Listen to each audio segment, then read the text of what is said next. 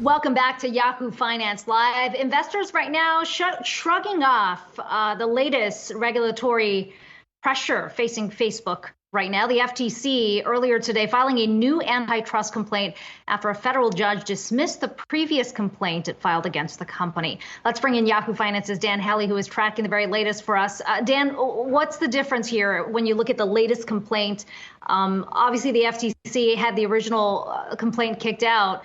They've had some time to reassess. What are you finding in this filing?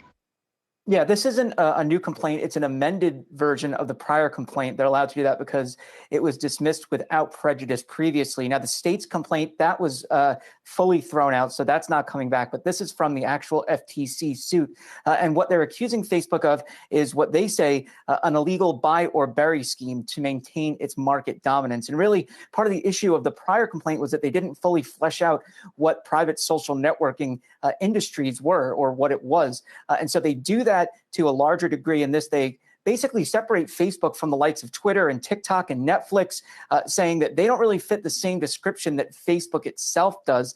And then they also beef up their explanation as to why they operate as an illegal monopoly. So they are really going forward here underneath Chair Lina Khan. She obviously is one of the fiercest tech critics out there. Facebook had originally tried to get her recused from this, basically saying that because of statements she's made, because of her taking part in the Congress and their look into tech companies and antitrust, that she shouldn't be a part of it. But basically, the FTC had gone ahead, looked at that and said that, no, she's going to stay on board. There's really no issue there.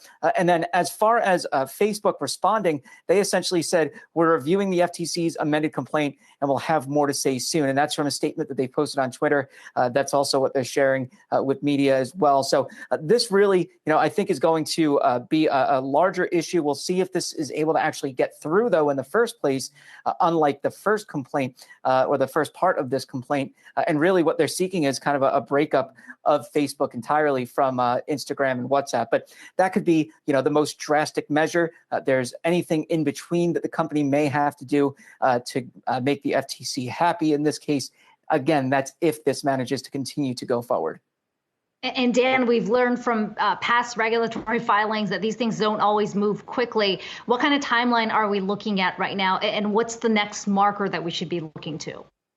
Well, the next marker would be if this is actually able to go forward with the district judge that originally dismissed it without prejudice. So that's something that we'll have to look at. Facebook is probably going to try to get this dismissed as well. We'll see how that goes. And then, if the case actually does end up going forward, this could take years and years. Obviously, the big example that we always point to is Microsoft, which seemed to just drag on and on. The reason why that might not be favorable, though, is because Microsoft ended up behind in a number of categories as they were focusing on that suit. Facebook doesn't want to end up in that position as well. So maybe they're aware of that. I'm sure they are. They're pretty smart people there. And they may be able to continue to innovate while they fight this suit, but it could also eat up a whole bunch of their time. So if they don't settle, it could be years and years for this to go forward.